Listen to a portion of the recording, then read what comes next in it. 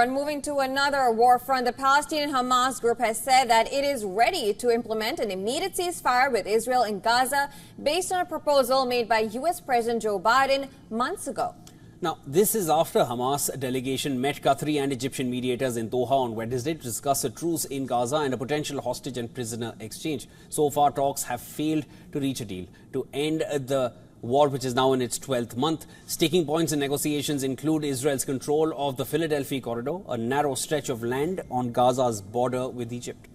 The previous proposal put forward by U.S. President Joe Biden in June laid out a three-phase ceasefire in return for the release of Israeli hostages. Meanwhile, Israeli Prime Minister Benjamin Netanyahu toured the Jordan Valley in the Israeli-occupied West Bank on Wednesday, promising to secure the eastern border with Jordan by building a robust barrier. The visit came days after 3 Israelis were shot and killed at the border crossing between the West Bank and Jordan. מול ירדן. זה גבול של שלום, אנחנו משתפים פעולה עם ממלכת ירדן כדי להבטיח שהוא יישאר כזה, אבל בזמן האחרון האתגרים גדלים. יש ניסיון להבריח גם מחבלים וגם אמצעי לחימה מעבר לירדן, לתוך יהודה ושומרון ולתוך ערי ישראל. אנחנו פועלים כאן בשיתוף פעולה עם כל הגורמים כדי לעצור את הדבר הזה. Meanwhile, the UN Palestinian Refugee Agency has said that 6 staffers have been killed in Gaza after 2 airstrikes hit a school on Wednesday. It is the highest death toll among the UN staff in a single incident. UN Secretary General Antonio Guterres said that a lack of accountability for the killing of UN staff and humanitarian aid workers in the Gaza Strip is totally unacceptable. We live in a world that is... We have courts, but we see that the decisions of courts are not respected.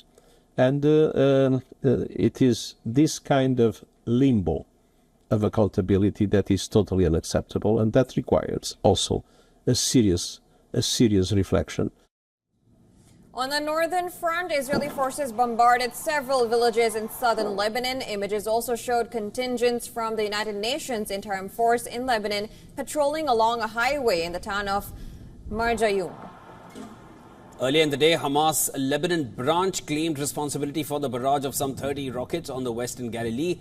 The militants also claimed to have targeted a military base in the area. Furthermore, the Israeli army released a video showing its operation in the West Bank. IDF has been conducting a series of operations in the northern West Bank for the past 2 weeks, with extended raids in Tubas, Jenin and Tulkarm.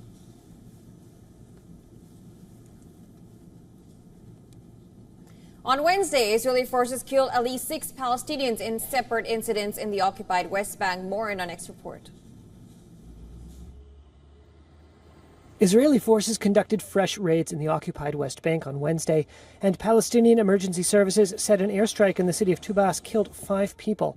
The Israeli military confirmed the strike, which it said hit an armed militant group, but gave no details. Israeli soldiers were seen patrolling the streets of Tubas. Entrances and exits from the city were sealed off. Cell phone video showed military trucks and bulldozers rolling in. The security forces have been conducting a series of operations in the northern West Bank for the past 2 weeks, with extended raids in Tubas, Jenin, and Tulkarm. All 3 cities have a heavy presence of armed factions, including Hamas, Islamic Jihad, and Fatah. In a separate incident in the city of Tulkarm, the Israeli military said troops backed by police and intelligence services killed an armed militant. Residents there reported being forced from their homes. This resident of Tulkarm told Reuters that Israeli soldiers had destroyed his house with explosives and leveled the remains with a bulldozer. Violence has surged in the West Bank since the start of the war in Gaza.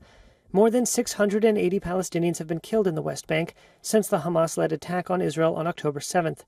In the same period, Israel's domestic security agency says about 40 Israeli troops and civilians have been killed in attacks by Palestinians or in clashes with fighters.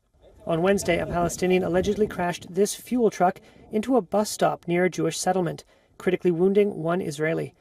The Israeli army said the suspect driving the vehicle was shot and killed by security forces at the scene.